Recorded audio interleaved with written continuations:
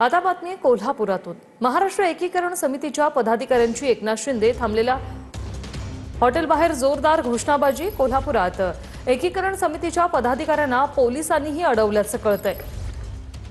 शिंदे मुक्कामी असलेल्या हॉटेल बाहेर हे पदाधिकारी जमले आणि शहांच्या दौऱ्यासाठी उपमुख्यमंत्री शिंदे सध्या कोल्हापुरात आहेत। शहांची जाहीर सभा होणार आहे आणि त्यासाठीच उपमुख्यमंत्री शिंदे हे कोल्हापुरात आहेत।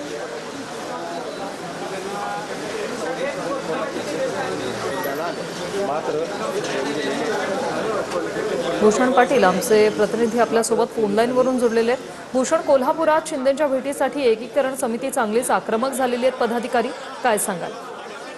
आज केंद्रीय गृहमंत्री अमित शहा कोल्हापूरमध्ये आहेत आणि या दौऱ्याच्या निमित्तानं उपमुख्यमंत्री एकनाथ शिंदे देखील कोल्हापूरमध्ये आलेले आहेत। खरं तर महाराष्ट्र एकीकरण समिती केंद्रीय गृहमंत्री अमित शहा यांना सीमा प्रश्नाबाबत निवेदन देण्यासाठी येणार होती, मात्र हत्तरगी नाक्यावरच काही कार्यकर्त्यांना अडवण्यात आलेलं आहे आणि त्यातून त्यांना पुढे सोडण्यात आले नाही। त्यातूनही जे काही कार्यकर्ते पुढे आले ते आता एकनाथ शिंदे थांबलेल्या हॉटेल बाहेर आलेले आहेत। त्यांना देखील हॉटेलमधील बंदोबस्तासाठी असलेल्या पोलिसांनी आत जाऊ दिलं नाही आणि त्यामुळेच कुठेतरी गोंधळात उडाला आणि यानंतर या सगळ्या सीमा प्रश्न आक्रमक असलेल्या या महाराष्ट्र एकीकरण समितीनं जोरदार घोषणाबाजी या सगळ्या हॉटेल बाहेर केलेली आहे। त्यानंतर वरिष्ठ पोलीस अधिकाऱ्यांनी या सगळ्या आंदोलकांशी किंवा एकीकरण समितीच्या पदाधिकाऱ्यांशी चर्चा देखील करण्याचा प्रयत्न केला, मात्र हे सगळे महाराष्ट्र एकीकरण समितीचे पदाधिकारी जे आहेत ते एकनाथ शिंदे यांची भेट घेण्यावर ठाम आहेत। अजूनही एकनाथ शिंदे हॉटेलमध्ये थांबलेले आहेत। ते खाली येऊन आता या सगळ्या समितीची भेट घेतात, त्या त्यांच्याशी काय चर्चा करतात हे देखील पाहणं महत्त्वाचं असणार आहे। मात्र एकूणच आपण बघतोय या सगळ्या दौऱ्यांच्या पार्श्वभूमीवर आता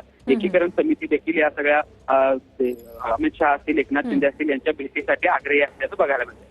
धन्यवाद भूषण, तुम्ही दिलेल्या या माहितीसाठी।